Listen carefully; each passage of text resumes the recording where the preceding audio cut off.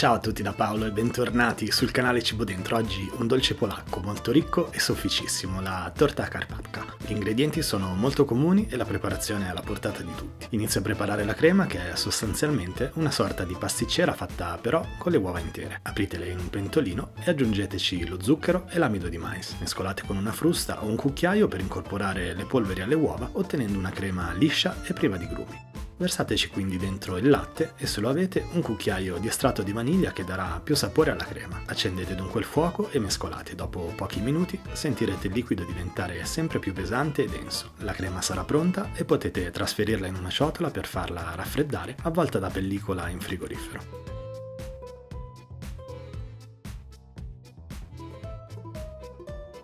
Passate ora alla preparazione della base della torta. È una pasta choux classica che andrà cotta in forno. Burro, acqua, latte, un pizzico di sale e un cucchiaino di zucchero sciolti a fiamma medio-bassa fino a quando non iniziano a sobbollire. Aggiungeteci la farina e incorporatela al liquido fino a ottenere una palla di impasto e vedere una leggera patina bianca sporcare il fondo del pentolino. Mettetela quindi in una ciotola abbastanza capiente e apritela leggermente per velocizzarne il raffreddamento. Quando ha smesso di fumare per il calore, potete iniziare a incorporare un uovo intero alla volta.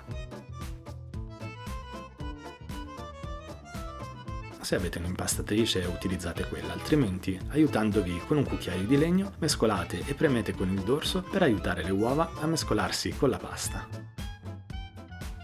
Otterrete alla fine un bel composto elastico pronto per essere cotto in forno. Anche se avete una tortiera antiaderente, vi consiglio di proteggere almeno il fondo con un foglio di carta forno. Incastratelo tra la base e l'anello e ritagliate l'eccesso di carta con una forbice. Dividete in due porzioni l'impasto che avete preparato e versate una prima metà nella tortiera. Cercate semplicemente di distribuirla sul fondo in modo che ricopra tutta la base e lasciatela poi cuocere in forno liberamente senza livellarla troppo. L'irregolarità delle due basi è una caratteristica di questa torta. Chiaramente, se avete due tortiere dello stesso diametro, potete dimezzare i tempi di cottura cuocendole entrambe contemporaneamente. Mentre la base si gonfia e si cuoce, finite la preparazione della crema. Montate con delle fruste elettriche il burro a temperatura ambiente fino a ottenere una pasta morbida. Aggiungetegli la crema, che ormai in frigorifero si sarà solidificata, e continuate a lavorare con le fruste per qualche minuto fino a quando non vedete che la crema è diventata morbida e vellutata senza grumi.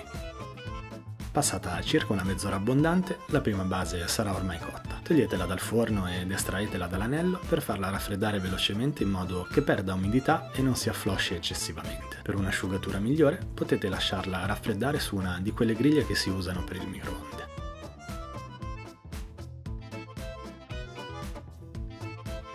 Ripetete poi gli stessi passaggi con la seconda metà di impasto che vi era avanzata e lasciate raffreddare anche questa su una griglia. Sfruttate ora la tortiera, dopo averla fatta raffreddare qualche minuto, per comporre la torta e renderla più regolare nell'aspetto finale. Ungete i bordi con un pezzetto di burro in modo che faccia da collante per la carta forno, poi appiccicategli un rotolino di carta tagliato a misura per proteggere la crema ed evitare che si incolli al bordo. Posizionate uno dei due dischi sul fondo e, dato che poi non si vedrà, scegliete quello meno bello. Ricoprite con tutta la crema che avete preparato e distribuitela per ottenere uno strato uniforme e abbastanza livellato.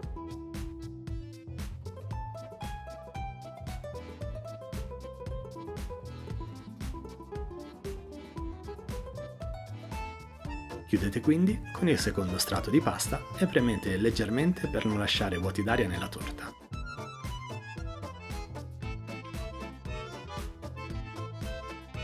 Per fare assorbire parte della crema alle basi e rendere quindi la torta un tutt'uno di morbidezza e non un semplice insieme di componenti buone ma separate, coprite con pellicola alimentare e lasciate riposare in frigorifero qualche ora. Passato questo tempo, liberate la torta dall'anello e dalla carta forno.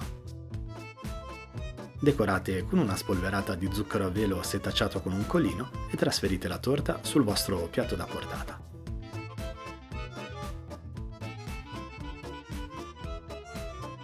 La torta è una bomba morbida e cremosa che si presenta in tutta la sua abbondanza, che ritroverete poi all'assaggio. Il tempo di riposo è fondamentale per far sì che la base, seppur croccante, si impregni di aroma e umidità date dalla crema che la farcisce. Io con questa torta anche questo giovedì, come sempre, vi saluto, vi auguro buon divertimento e buon appetito e vi aspetto giovedì prossimo, sempre dalle 11 del mattino, qui su Cibo Dentro. Ciao!